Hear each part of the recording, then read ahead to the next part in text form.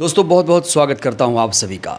इस वीडियो की शुरुआत अहम सवाल से। क्या आपको पता है कि हमारे देश का राष्ट्रीय गीत क्या है? क्या आपको राष्ट्रीय गीत याद है? क्या आपको पता है हमारे देश का राष्ट्रगान क्या है? क्या आपको राष्ट्रगान पूरा याद है? दोस्तों आज मैं ये बातें क्यों कर रहा हूँ? क्योंकि इस समय पूरे देश में वंदे मातरम पर घमासान मचा हुआ है। वंदे मातरम क्या है? राष्ट्रीय गीत है। बंकिम चंद्र चटर्जी द्वारा लिखित ये गीत है, जिसे 1882 के एक उपन्यास में शामिल किया गया, आनंद मठ नाम के उपन्यास में शामिल किया गया। पहली बार वंदे मातरम को रविन्द्रनाथ टैगोर कांग्रेस अधिवेशन में गाया। वंदे मातरम में कुल 6 पद हैं, लेकिन टैगोर ने सिर्फ 2 पद गाया, क्योंकि 2 पदों में मातृभूमि की बात हो रही है, प्राकृतिक सुंदरता की बात हो रही है। बाकी के पदों में देवी देवताओं के पूजने की बात सामने आ रही है। अब बड़ा सवाल ये खड़ा हो रहा है कि वंदे मातरम पर आखिर क्यों तलवारें खिंची हुई हैं? वंदे मातरम पूरा गाना सही है, 2 पद गाना सही है, वंदे मातरम गाना चाहिए नहीं गाना चाहिए? दोस्तों आज की हमारी वीडियो बहुत ज्यादा इंपॉर्टेंट है। वीडियो को अंत तक देखिएगा, जिससे पूरा मुद्दा आपको आसानी से समझ में आ जाएगा। तो ये जो विवाद है क्यों शुरू हुआ है? क्योंकि गृह मंत्री शाह ने एक बार फिर से तमाम स्वतंत्रता सेनानियों का अपमान किया है। दोस्तों गृह मंत्री लगातार जवाबदेही से भाग रहे हैं। 20 जुलाई को जंतर मंतर पर जो लाठीचार्ज हुआ, पैलेट गन का प्रयोग हुआ, उस पर ये जवाब नहीं दे रहे हैं। अब ये राष्ट्रीय गीत के पीछे छुपने की कोशिश शायद कर रहे हैं, और इसीलिए आज इन्होंने एक बार फिर से ऐसा बयान दिया जिसके बाद इनके ही फैक्ट पर सवाल खड़े हो रहे हैं। सुनिए जरा।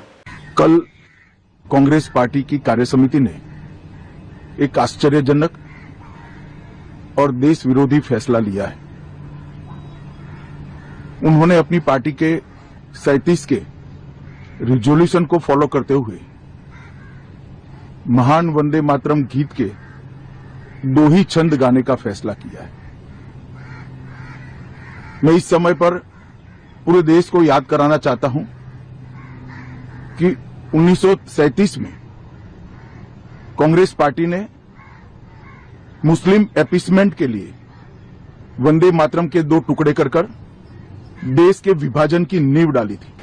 तो यहाँ शाह कांग्रेस की आलोचना कर रहे हैं। सिर्फ कांग्रेस की आलोचना दोस्तों यहाँ पर नहीं हो रही है। 1937 में जब CWC ने वंदे मातरम को लेकर अधिवेशन पारित किया था कि सिर्फ 2 पद ही गाए जाएंगे, जो कि टैगोर की सलाह पर लिया गया था, और 1937 की जो बैठक थी उसमें गांधी थे, नेहरू थे, पटेल थे, बोस भी थे, सुभाष चंद्र बोस भी थे। तो यहाँ गृह मंत्री शाह ये कह रहे हैं कि कांग्रेस ने यह फैसला इसलिए लिया जिससे वो तुष्टीकरण कर पाए। तो क्या ये फैसला सिर्फ कांग्रेस पार्टी का था? क्या ये पटेल साहब का अपमान नहीं है? क्या ये गांधी का अपमान नहीं है? क्या ये बोस का अपमान नहीं है? क्या ये नेहरू का अपमान नहीं है? तो यहाँ गृह मंत्री शाह सवालों का जवाब देने के बजाय देशभक्ति का सर्टिफिकेट बांट रहे हैं। बड़ा सवाल ये खड़ा हो रहा है, क्या शाह वंदे मातरम बिना देखे गा पाएंगे? दोस्तों ये चैलेंज कर दिया है संजय राउत ने। ये पागल है, बीजेपी वाले पगला गए। उनको देश का संविधान मालूम नहीं, वंदे मातरम मालूम नहीं। जो 6 छंद है वंदे मातरम के, वो अमित शाह और मोदी जी ने गाकर दिखाए तो अच्छा रहेगा, सामने आकर, पब्लिक के सामने आकर, विदाउट टेलीप्रॉम्प्टर। 2 छंद को ही संविधान ने स्वीकारा है। RSS, बीजेपी, बजरंग दल वाले हमेशा देशभक्ति का सर्टिफिकेट बांटते हैं, लेकिन असल में ये लोग कभी भी बिना देखे वंदे मातरम नहीं गा पाएंगे। दोस्तों ऐसा मैं क्यों कह रहा हूँ, जरा ये वीडियो देखिए जिसमें BHP का एक नेता वंदे मातरम गा ही नहीं पाया। इसका मतलब बता दीजिए प्लीज। नहीं, क्या अभी टेस्टिंग हो रही है? हाँ, टेस्टिंग हो रही है बाकायदा। अरे आप सारी दुनिया का टेस्ट ले रहे हैं, मुझे बताइए, क्यों नहीं? सुनिए, अब बताइए ना, सारी बातें करूंगा। शुभ्र ज्योत्सना पुलकित यामिनी, इसका मतलब क्या है? अरे बताइए ना प्लीज। जब आप ये कह रहे थे कि आपको लगा कि विनोद बंसल को गाना नहीं आता, मैं कहता हूं विनोद बंसल को गाना नहीं आता, वो प्रूव कर दिया। अब आपको लग रहा है कि दूसरा वाला स्टेप करूंगा।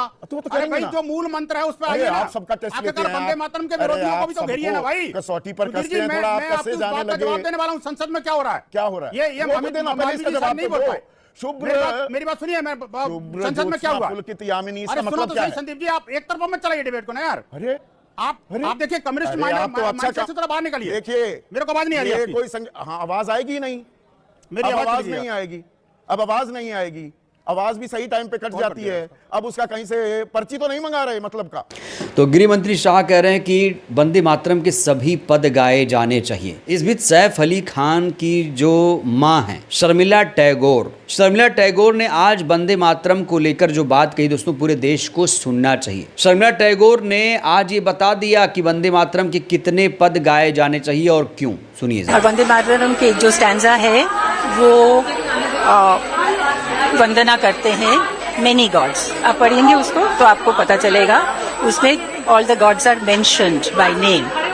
तो वो जो एक रिलीजन में विश्वास करते हैं उनके लिए मुश्किल है कहना कि वंदे काली, वंदे दुर्गा, वंदे, मुश्किल है। तो इसीलिए अगर इंडिया में जितने रिलीजन के लोग हैं उसको अगर हम इकट्ठा साथ लेके चले तो पहला 2 स्टैंजा इज वेरी गुड। तो शर्मिला टैगोर ने साफ तौर से कह दिया कि 2 पद गाना ही उचित है, 2 पद ही ठीक है वंदे मातरम। दोस्तों आपको यहाँ याद दिलाना बहुत जरूरी है कि 24 जनवरी 1950 को संविधान सभा ने जन गण मन यानी राष्ट्रगान और वंदे मातरम को राष्ट्रीय गीत का दर्जा दिया था। संविधान में कोई ऐसा उल्लेख नहीं है कि आपको इसे 6 पद गाने पड़ेंगे। शाह कांग्रेस की देशभक्ति पर सवाल खड़े कर रहे हैं। दोस्तों बीजेपी लगातार कांग्रेस पर यह आरोप लगाती है कि कांग्रेस तुष्टीकरण की राजनीति करती है, लेकिन असल मायने में बीजेपी आरएसएस का असली चेहरा क्या है, असली इतिहास क्या है, दोस्तों ये जानने के लिए आपको मशहूर गीतकार जावेद अख्तर साहब का ये ताज़ा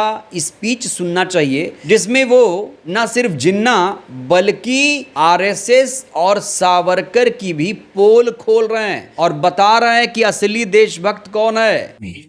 जो अंडमान में बंद है और मर्सी पिटीशन करता रहता है और कहता हुजूर कुछ भी हो हर कीमत पे मुझे छोड़ दीजिए, और जब उसे छोड़ा जाता है तो वह आके हिंदुत्व वर्ड देता है। ये कॉइन किया हुआ वर्ड उसका है। और ये इत्तेफाक नहीं है कि वो लोग जो अलग थे फ्रीडम मूवमेंट से वो फिर वापस इंपोर्ट हुए और वापस आए और किसी दूसरे अवतार में आए। अब हुआ ये कि ये भी अंग्रेज की मदद कर रहे थे, वो भी अंग्रेज की मदद कर रहे थे। जिना को तो इतना बड़ा टुकड़ा निकाल के दे दिया गया, उसको तो इनाम मिल गया वफादारी का, ये बेचारे रह गए, इनको कुछ नहीं मिला। गांधी और नेहरू ने कुछ लेने नहीं दिया इन्हें। ये गुस्सा आज तक है कि हमने इतनी वफादारी की थी अंग्रेज की, सब कुछ तो करके दिया था और हर कदम पे हमने अड़चन लगाई थी फ्रीडम मूवमेंट में, देखो उसको तो इनाम दे दिया गया, हम रह गए, मैं तो मिलना चाहता। तो ये वीडियो सुनकर बीजेपी परेशान हो जाएगी। बीजेपी को नींद नहीं आने वाली है, क्योंकि जावेद अख्तर ने कच्चा चिट्ठा खोल दिया है कि कौन लोग देशभक्त थे। और दोस्तों सबसे बड़ी बात ये कि आरएसएस जो कि 1925 में बना, उसने कभी भी वंदे मातरम नहीं गाया। अब इनको वंदे मातरम की याद आ रही है। तो इस समय बीजेपी बुरी तरीके से घिरी हुई है और रही सही जो कसर है वो पवन खेड़ा ने पूरी कर दी। आज पवन खेड़ा ने बीजेपी को तबीयत से रगड़ दिया है। सुनिए जरा। हम तो हैरान है उस आदमी की बेशर्मी देखकर। गृह मंत्री है देश का, अपनी तुलना अब तक तो सरदार पटेल से करवाता था, अब सरदार पटेल की निंदा कर रहे हैं। 1937 में रेजोल्यूशन पास हुई, जो कह रहे हैं ना कि सीडब्ल्यूसी रेजोल्यूशन की मैं निंदा करता हूं। कौन सी रेजोल्यूशन है ये? 1937 की। किसने पास की? सरदार पटेल, महात्मा गांधी, पंडित जवाहरलाल नेहरू, सी राजागोपालाचारी, नेताजी सुभाष चंद्र बोस, मौलाना अबुल कलाम आजाद। किसकी सलाह पे?